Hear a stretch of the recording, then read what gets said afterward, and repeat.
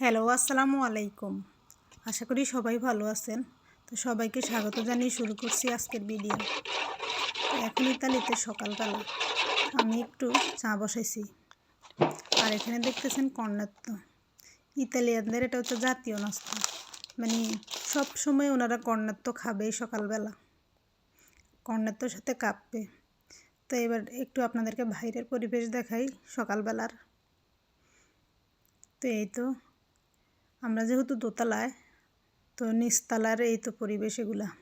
নিচতলায় তারা আবার মানে থাকার পাশাপাশি ওই যে একটু ছোটো করে বিল্ডিং উঠেছে, ওইখানে ওনারা কাপড় চোপড় শুকায়। ওটাতে আমি এখন চা পাতা দিয়ে যাচ্ছি। আবার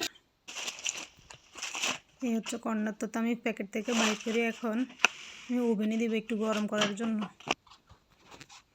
এই তো ওভেনে দিয়ে দিলাম একটু গরম হওয়ার জন্য, মানে গরম মানে খেতে একটু ভালো লাগে। এখন আমার চাও রেডি। তো আমি এখন কাপে ডালতেছি।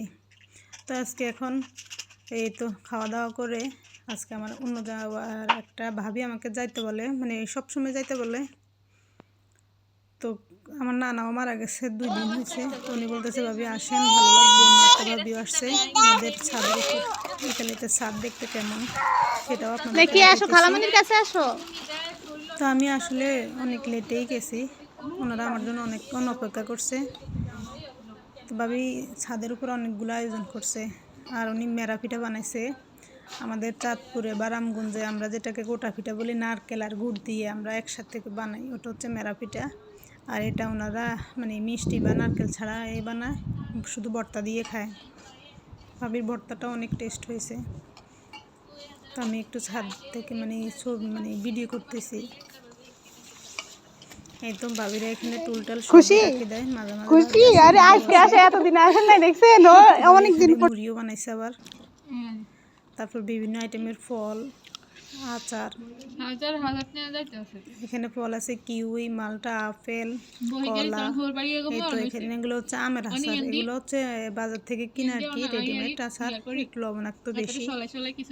আর বাবির ভর্তাটা না সেই হয়েছে। এই তো আমি এই প্রথমে মেরা পিঠা দিয়ে ভর্তা দিয়ে খেলাম। এর আগে কখনো আমরা এগুলো টেস্ট করি নাই। আমাদের চাঁদপুরে তো আমরা গোটা পিঠা বলি যেটাকে, এটা আমরা তো এমনি খেতে পারি, মিষ্টি আর নারকেল সাথে আছে। তো এদের দেখেন ইতালির ছাদগুলো কেমন, মানে একটা টিলা টিলা ভাবের। আবার সবগুলা এরকম না, আবার সবগুলা সমানও না। ওই যে মানে নিচের দিকে যে ডিজাইন করছে এই কারণে এগুলো একটু টিলা টিলা ভাব।